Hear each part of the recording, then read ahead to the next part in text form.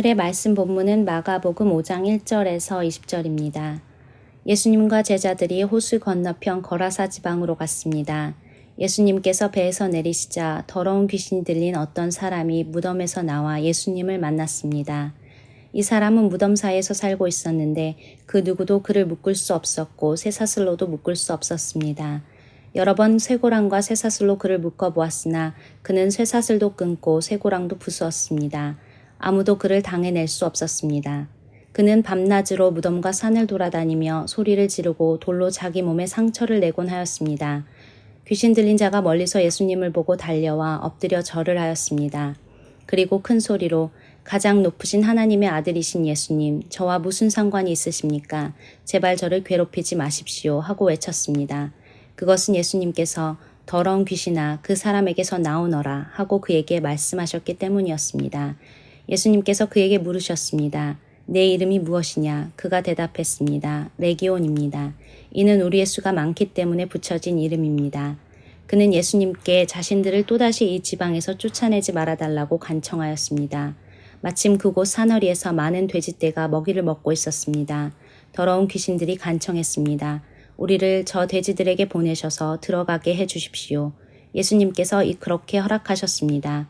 더러운 귀신들은 그 사람에게서 나와 돼지떼 속으로 들어갔습니다.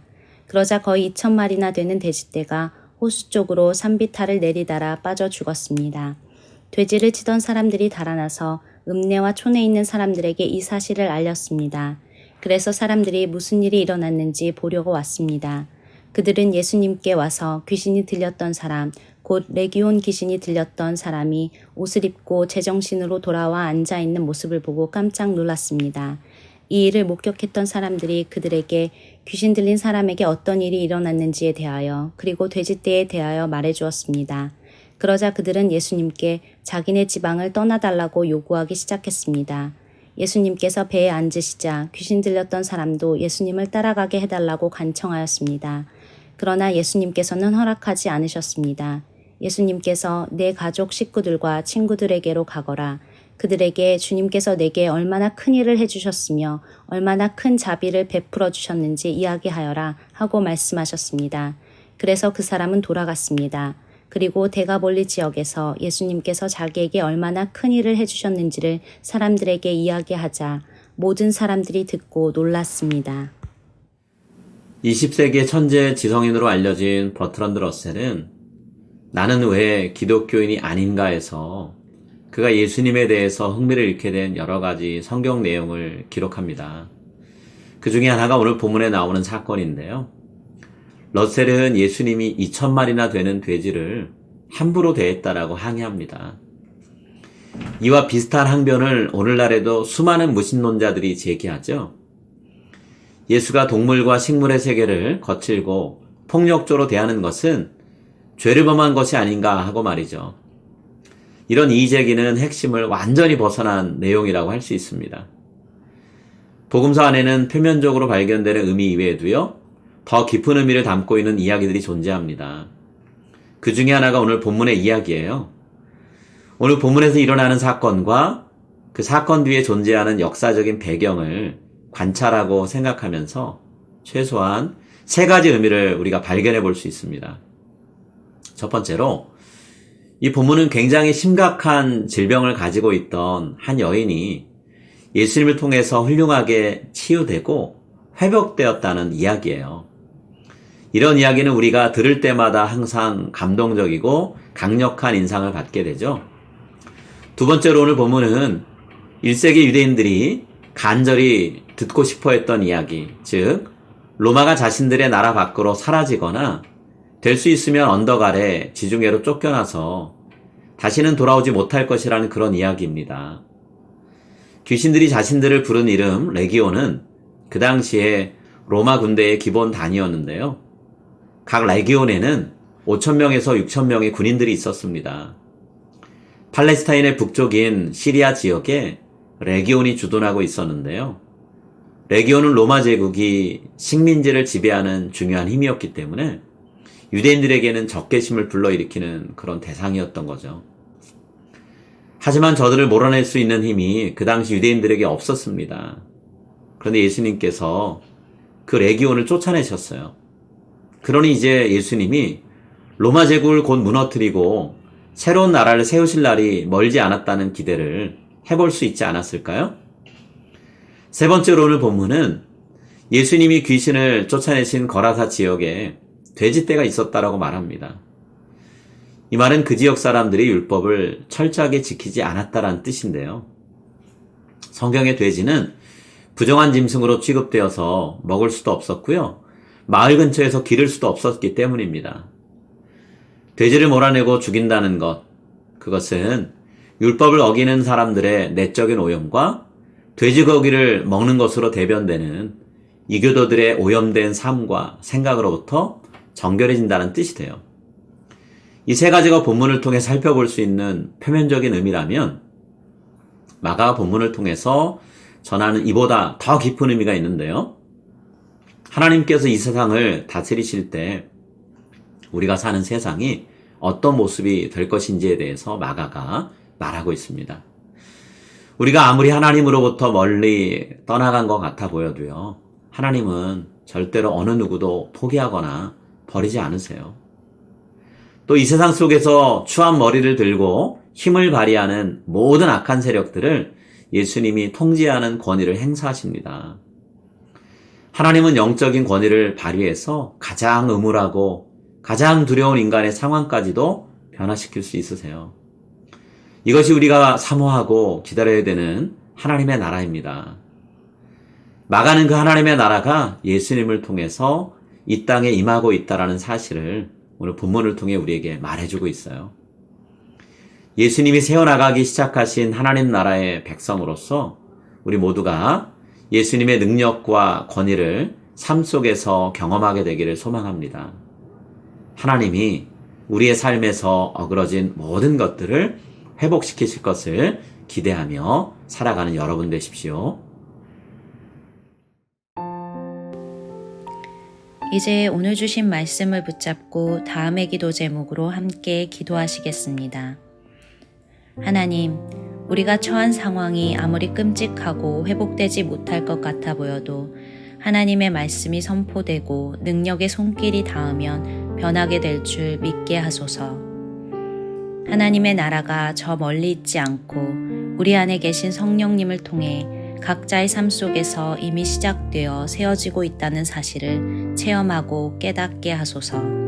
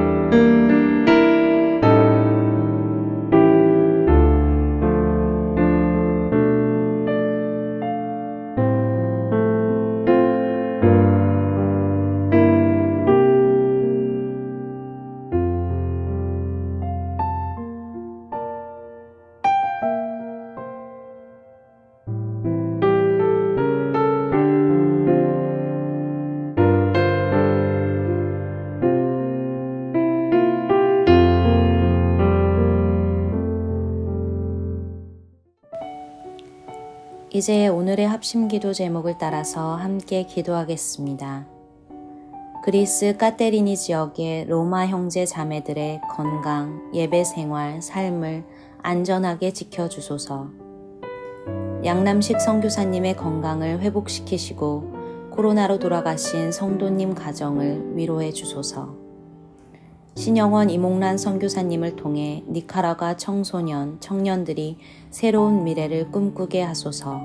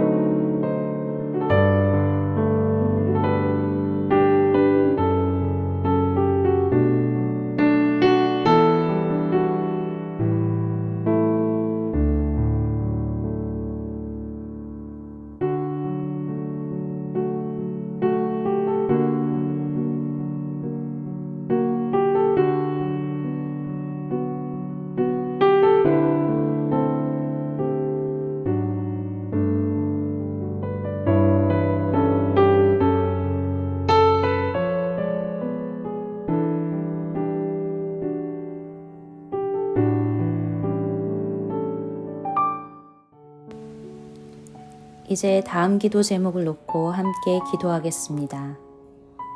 말로 사람의 마음을 시원케 하고 행동으로 다른 이들의 삶을 위로하고 힘을 더하게 하소서.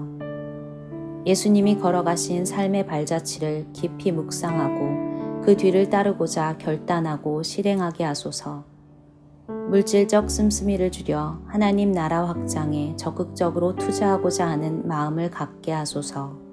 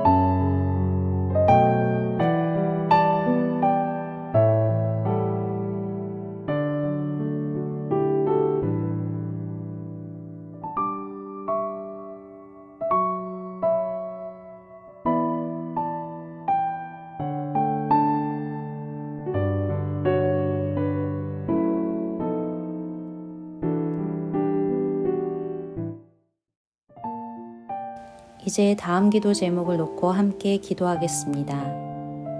가정과 학교에서 공부하며 자라가는 자녀들이 육체적, 정서적, 영적으로 건강하게 하소서. 성도님들의 직장과 사업을 지켜주시고 하나님의 선한 능력과 인도하심을 보게 하소서. 연로하신 어른들과 지금 상황에서 외로움과 답답함을 느끼는 성도님들을 보살펴 주소서.